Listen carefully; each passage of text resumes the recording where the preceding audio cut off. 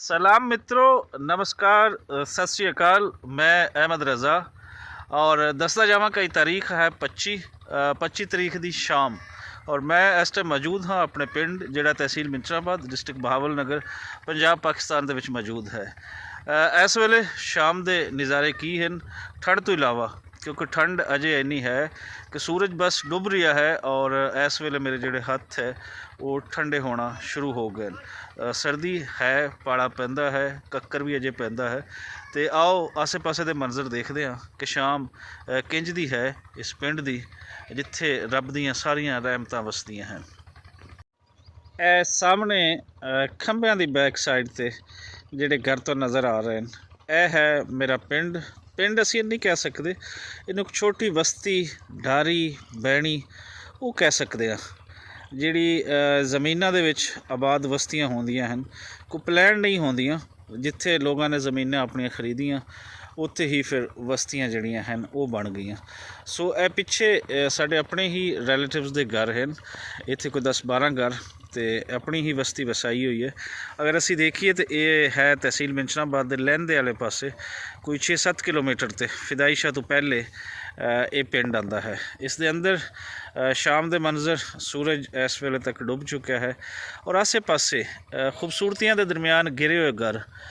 शायद मैं कहना हाँ कि भी खुशकिस्मत लोगों ही नसीब होंदा है इंज रहना।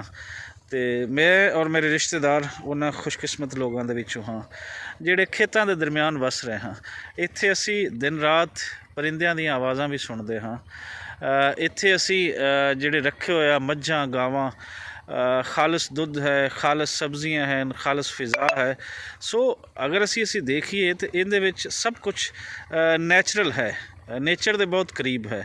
पिछे तुहानूं एक बेर का दरख्त नज़र आ रहा है। इस बेरी के दरख्त कमाल के बेर लगते हैं और पगडंडियां तुसीं जिहड़ियां देख रहे हो ये पिंडां की खास खूबसूरती, खास एक निशानी है।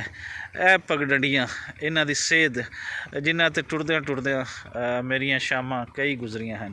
सो अगे असीं देखते हाँ जिहड़े तुहानूं फसलां नज़र आ रही हैं हरियां भरियां, यह जे कणक की फसल। तो थोड़ा अगे होर मैं तुहानूं लैके जाना हाँ, उत्थे कुछ होर सब्जियां भी तुहानूं दिखाना हाँ, कुछ होर फसलां दिखाना। इस तो पहले अगर मैं तुहानूं दिखावां कि पिंड दे अंदर अज भी चुल्हियां दे विच लकड़ियां बलदियां हन ते लकड़ी का की इंतज़ाम हुंदा है यह जे मतलब इहदे च एक तो है सुंगड़ा साडी साइड ते बोलिया जाता है। सुंगड़ा मीनस कि जिहड़ा नरमे दी थल्ले वाला पौधा हुंदा है, कपाह का पौधा हुंदा है, ये बहुत ज़्यादा काम आंदा है लकड़ी दे बालन दे। फिर दरख्तां दी जदों छंगाई होंदी है तो वो काम आंदा है। फिर दूसरा बाजरा या इस तरह दी चीज़ां जिहड़ियां हन ये भी बालन के तौर पर हुण ये काम आंदियां हन। ਇਹ जो खालियां बनदी होईयां तुसीं देख रहे हो, ये प्याज लई वसण लाउण लई सारी जगह जिहड़ी है तैयार की जा रही है। क्योंकि पिंड दे विच हर घर दे अपना उन्होंने वसना अपने प्याज़ां दा वो लाया हुंदा है और हर घर की ही आलमोस्ट जिहड़ी है वो सब्ज़ी अपने तौर पर होंदी है।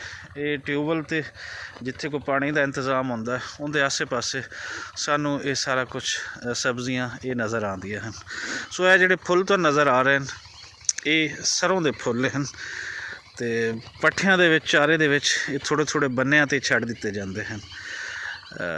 अगे आंदे हैं जी, ए जो फसल तो नज़र आ रही है ये जे गोंगलू जिन्होंने शायद कुछ शहर वाले लोगों को समझ ना आवे तो जिसनों शलजम बोलिया जाता है।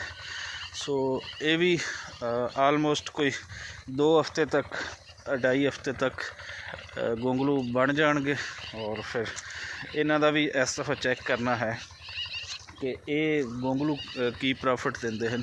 क्योंकि साड़ी साइड ते पहले कोई सब्ज़ी के तौर पर असीं ला लईदे, लेकिन बिजनेस परपज़ली पहली दफ़ा मैं लाए कोई 2 एकड़ इस दफ़ा।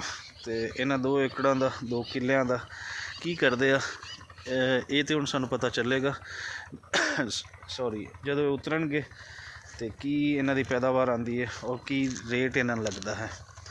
सो ए ट्यूबवैल जिथों पानी सारिया फसलों नूं जांदा है, आसे पासे दीयां जितनियां फसलां हैं। चलते हैं सामने जो फसल तो नज़र आ रही है उहदे तक चलते हैं।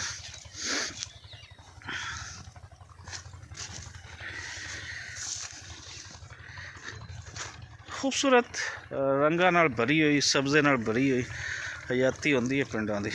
और मैं जदों इत्थे पिंड आवां तो खो के रह जाईदा। लाहौर की ज़िंदगी बेशक खूबसूरत ज़िंदगी है, उसके अंदर बहुत कुछ है, लेकिन पिंड तो फिर पिंड है। तो खासकर अपना पिंड जिथे इंसान जम्मिया जाया होंदा है, जिस दी मिट्टी दे विच, जिस दी गलियां दे विच वो खेडदा है, वड्डा होंदा है, वो पिंड उन्हों कदे नहीं भुलदा। दिल दे विचों पिंड नहीं निकल सकता, चाहे इंसान पिंड दे विचों निकल जाए। यह फसल है उस कणक दी, उस गंदम दी जिहड़ी तुसी देख रहे हो। इस दफ़ा मैं इस दे विच खाद का बहुत घट इस्तेमाल किया। मैं किसी होर व्लॉग्स दे विच दसांगा, बल्कि मैं लोगों को भी कहांगा कि खाद तो पा के असी किस तरीके दे नाल बेशक असी इनू ग्रैजुअली घटा सकते हैं, लेकिन इनू हुण सानू घटाना पैना है। यह जितने भी है तुहानू पिछे तक वो नज़र आ रहे हैं खेत, ये भी है कणक है। फिर इस साइड ते खाले दे वो पिछे तक जिहड़े दरख्त नज़र आ रहे हैं, उस तो पहले तक यह सारी फसल पिछली दफ़ा दे नालों तुसी ये कह लो कि कोई हाफ खाद जिहड़ी है वो इन्हां लगी है। मतलब अगर पहले असी कोई 4 बोरियां लाते सन, तो इस दफ़ा इसनूं 1.5 बोरी लगी है। और अगली दफ़ा कोशिश यही होएगी कि इसनूं या तो खाद बिल्कुल ना लगे, और लगे भी तो अद्धी बोरी लगे। सो खाद घटानी है, ये जहरां घटाणियां हैं, आर्गैनिक वल वधना है, नैचुरल चीज़ों वल वधना है, तां जे असी जो खांदे हाँ वो तो खालिस खाईए। इस वेले एक ओवरऑल जिन्हों मीडिया की टर्म दे विच एक मास्टर सीन कहते या मास्टर शॉट, वो मैं तुहानूं दे देना। मैं जिथे खड़ा हाँ कि पिंड की हयाती किंज दी है और शाम के मंजर किंज दे बनते आ। ए सारे आसे पासे दे पिंड मेरे दे मंजर।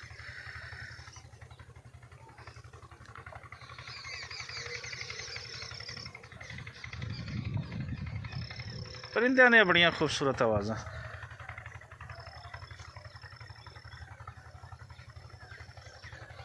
लो मित्रों, ऐसी अज का एक शार्ट व्लॉग जिहदे विच यकीनन तुसी पिंड दे नाल जुड़ी हुई खूबसूरती, फसलां हरियां भरियां, पगडंडियां, बन्ने, दरख्त, ये सारा कुछ यकीनन देखा होएगा।